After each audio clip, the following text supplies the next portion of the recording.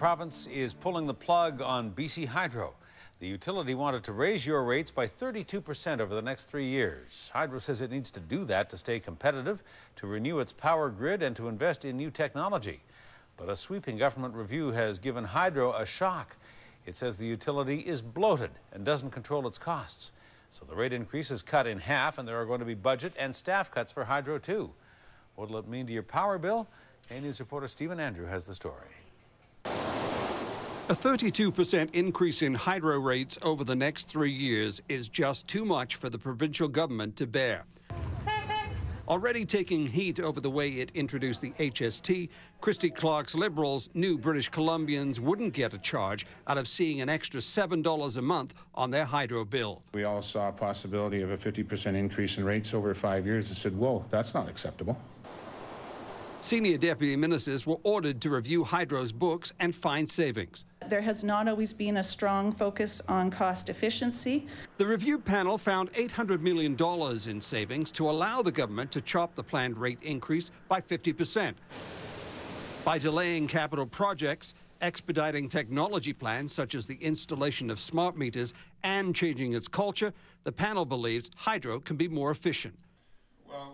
But the energy minister can't explain why the government hasn't looked at efficiencies before. How much money do you think has been lost here over the past 10 years? I don't think it's a matter of money lost. I think it's a number of policies and things that were being done, how the company was moving forward on some things and their procurement practices and what have you. But there is a disconnect on how to make rates cheaper over the next 3 years. The review panel is suggesting the utility cut 1,000 jobs, and the government agrees. But BC Hydro says not so fast. It believes 600 is more reasonable.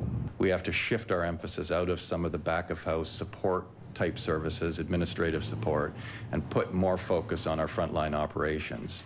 And if some of the ancillary services we provide suffer to some degree, then that's part of what we have to look at. The NDP says jobs is not the issue, but government meddling, including the government's demand for Hydro to be self-sufficient by the year 2016. First and foremost, I believe they have to address the exorbitant costs of independent power. If you're buying, and if you look at the table, they're buying power at $124 a megawatt hour from private sources when the market is selling some days at $5 a megawatt hour. And even with our heritage assets, it's in the neighborhood of $30 a megawatt hour. So we have a purchase problem that I don't believe was effectively addressed by the minister. However Hydro cuts its budget, the rate changes still have to be approved by the BC Utilities Commission.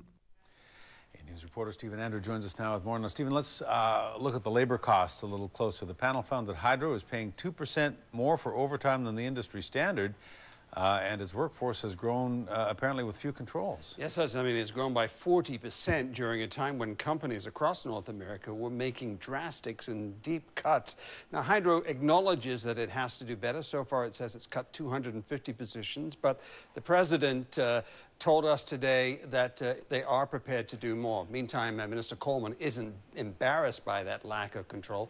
He accepts a responsibility for not keeping a tighter rein on the corporation, but he says this is all about moving forward. He doesn't want to look backwards at this time. All right, Stephen Andrew, thank you. You're welcome.